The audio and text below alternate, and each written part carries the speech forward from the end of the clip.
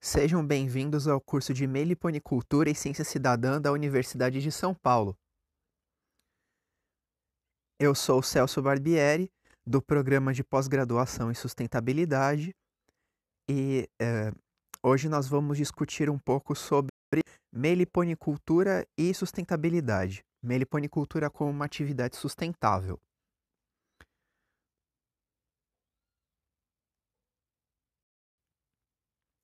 Bom, mas para discutir o que é sustentabilidade, né, a gente primeiro precisa dar uma relembrada no conceito de sustentabilidade. E o conceito mais conhecido de sustentabilidade é o do relatório de Brundtland, ou O Nosso Futuro Comum, de 1987. Nele, é dito que o desenvolvimento que satisfaz as necessidades presentes sem comprometer a capacidade das gerações futuras de suprir suas próprias necessidades é o desenvolvimento sustentável, né? E, tendo base nesse conceito, John Elkington, em 1994, ele propôs um modelo para análise da sustentabilidade, que é o modelo do tripé de sustentabilidade, sendo esse tripé entre os pilares social, ambiental e econômico representado nesse diagrama de Venn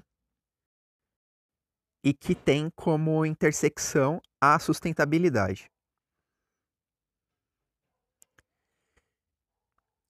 Em 2003, Giorgio Venturieri, um grande pesquisador da meliponicultura, ele apontou que a meliponicultura ela é uma atividade de características sustentáveis, utilizando esse tripé da sustentabilidade que a gente viu no slide anterior. Então, o que ele diz? Que a criação racional de abelhas sem ferrão é uma atividade importante para a geração de renda e emprego, auxiliando no aumento da qualidade de vida do meliponicultor, sendo uma atividade com características ecologicamente sustentáveis, economicamente viáveis e socialmente justas. Porém, esse conceito do tripé da sustentabilidade, o próprio autor, John Elkington, ele sugeriu que nós repensássemos, né, como esse tripé ele é utilizado depois de várias críticas ao modelo, demonstrando que os pilares social e ambiental muitas vezes são muito pouco utilizados e o pilar econômico ele é sempre o foco. Então, existe essa discussão do que é sustentabilidade, né?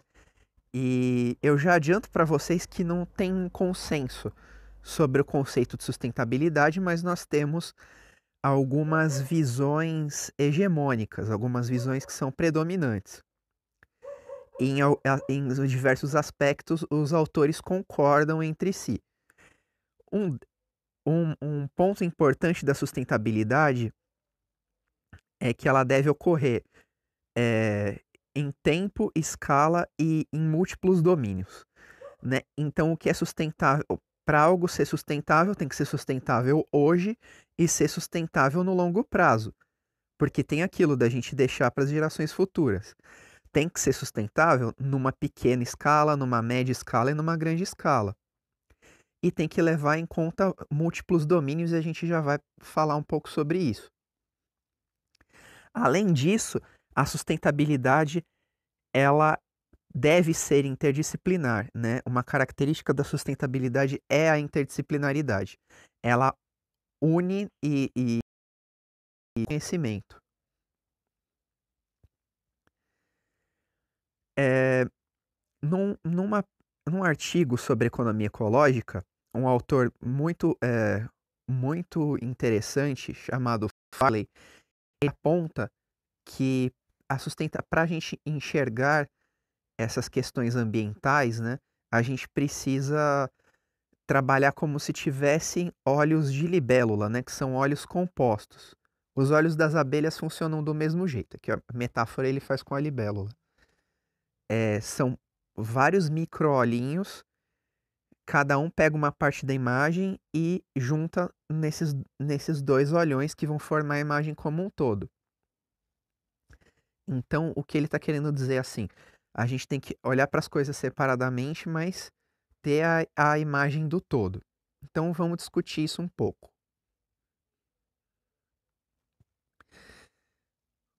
Aqui a gente pode fazer essa divisão, né, para analisar o domínio econômico da meliponicultura. Então, analisando a meliponicultura do ponto de vista econômico, ela sim gera emprego e renda, né, no topo da pirâmide aqui. E ela faz isso a partir de alguns outros aspectos, como a venda dos produtos das abelhas, produtos da meliponicultura em si, e também tem as oportunidades de geração de renda pela polinização dirigida. Pensando nos produtos das abelhas, o mais óbvio é o mel. E aqui a gente tem esses meles de cores diferentes da MB, né? Muito bons para ilustrar isso, que são o principal produto das abelhas comercializado, né, hoje em dia. E justamente por ter essa grande diversidade, né, de sabores, cores, aromas, esse mel é bastante valorizado, principalmente na alta gastronomia. E nós já temos produtos derivados do mel de abelha sem ferrão, como é o caso da cerveja de abelha sem ferrão da MBIR. Aqui na foto a gente consegue ver uma, uma cerveja, né, feita com mel de uruçu amarela.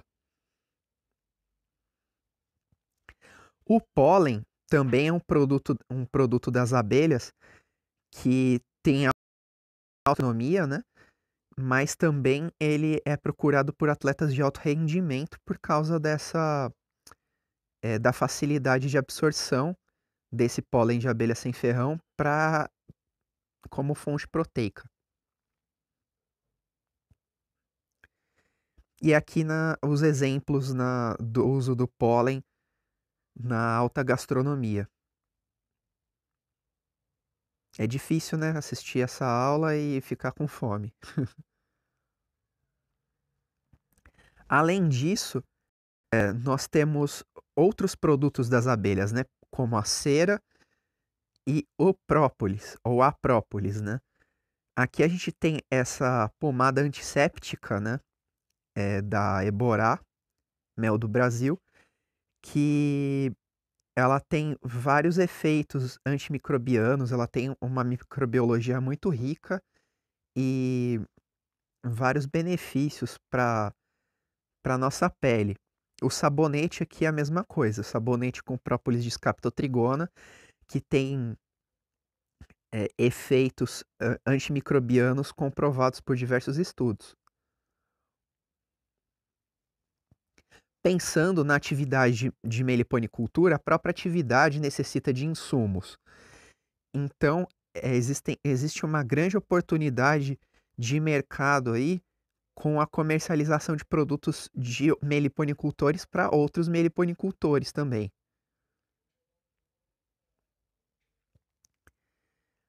A polinização dirigida é um assunto que ele já é bastante comum na Europa e na América do Norte, mas ele vem ganhando importância agora aqui no Brasil, né? Do aluguel de colmeias de abelhas para polinizar cultivos específicos que têm um aumento de produtividade com a utilização de abelhas, o aumento da quantidade de abelhas polinizando. E aqui a gente tem um exemplo da Apiagre, que tem um aplicativo para fazer esse tipo de conexão entre o criador de abelhas e o agricultor, né, o produtor rural. E aqui a gente passa para o domínio cultural da meliponicultura, que tem como base aqui o conhecimento tradicional, né, E por mais que a base seja o conhecimento tradicional, ele também passa por um grande período de inovação, ele tem muitas oportunidades de inovação, muitas oportunidades de se fazer pesquisa, né, de se gerar conhecimento novo, culminando na possibilidade de utilizar a meliponicultura como uma ferramenta de educação ambiental. Então, pensando na educação ambiental, já são bastante comuns atividades educacionais utilizando abelhas nativas, como essa do meliponicultura.org. Atualmente, a meliponicultura ela se tornou uma especialidade escoteira, né? Então, crianças no Brasil todo, elas têm um contato e essa oportunidade de conhecer mais sobre as abelhas nativas do Brasil, a polinização e todas essas questões. O movimento escoteiro que adotou a meliponicultura como uma das suas especialidades aqui no Brasil. E essa daqui é o distintivo, né, a insígnia da especialidade de meliponicultura. Quando os escoteiros eles atingem uma série de requisitos, eles podem ganhar essa insígnia. Bom, e como eu falei, o conhecimento tradicional ele está na base da meliponicultura. Os povos originários das Américas, eles já conheciam as abelhas sem ferrão há centenas, milhares de anos, né?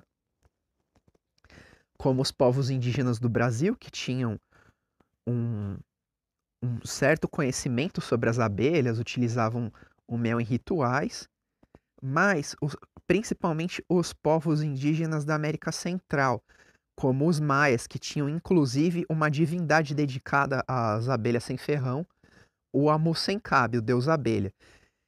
Como vocês podem ver aqui na estátua, tem os favos de cria empilhados onde o Amu-Sencabe está segurando, e eles inclusive se assemelham muito a uma pirâmide maia, né? Então tem toda uma simbologia muito importante na cultura maia com as abelhas sem ferrão.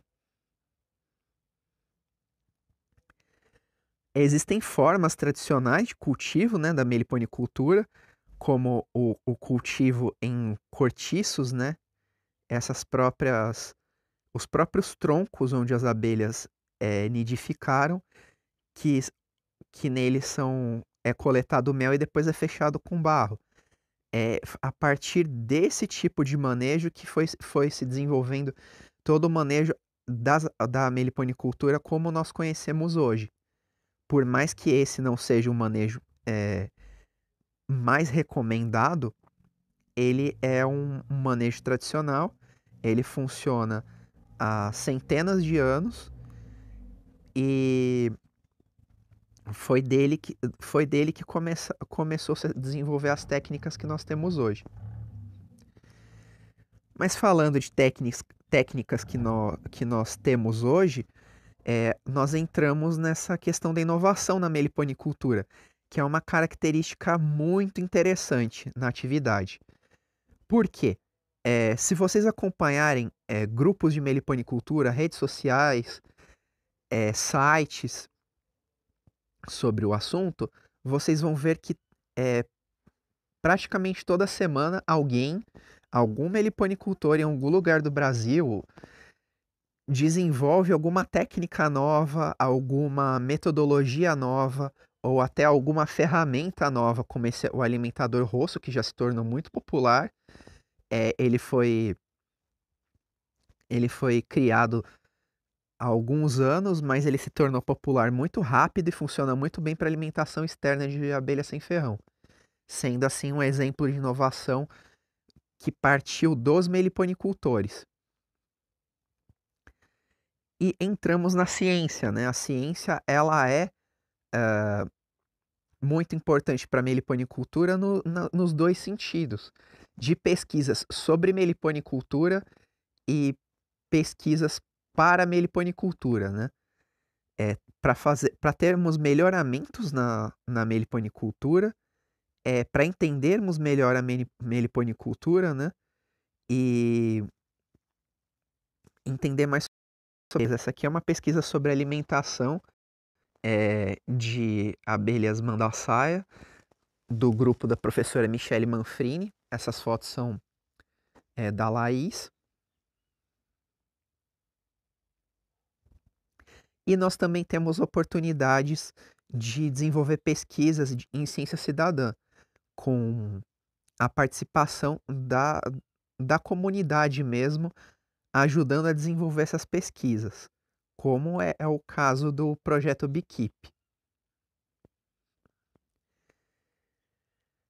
Passando para o domínio social da meliponicultura, nós temos como base as interações sociais, né? Mas nós também podemos observar que os meliponicultores eles têm um aumento na sua qualidade de vida. Existe na meliponicultura uma oportunidade de inclusão social e muita gente acaba entrando na meliponicultura por lazer, o que é bastante interessante.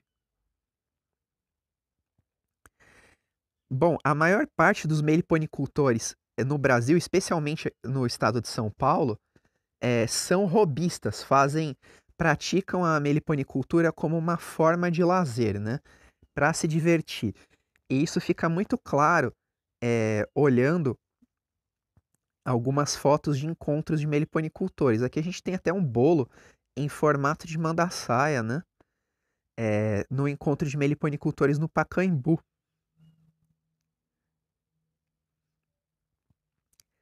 Bom, as interações sociais elas são uma característica muito bacana da meliponicultura, porque os meliponicultores são uma categoria bastante engajada e bastante ativa, né? Sempre em discussões, em conversas, se reunindo em eventos, criando grupos em redes sociais, discutindo esses assuntos, seja presencial ou virtualmente.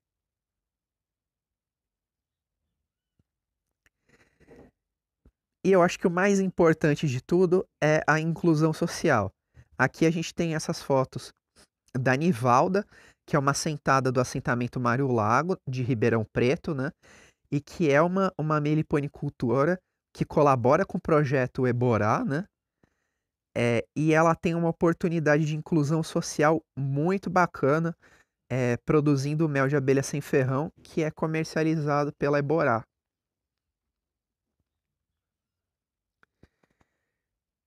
Passando para o domínio ambiental, nós temos aqui, né, os serviços ecossistêmicos, recuperação ambiental, possibilidade de conservação biológica e a construção de uma consciência ambiental.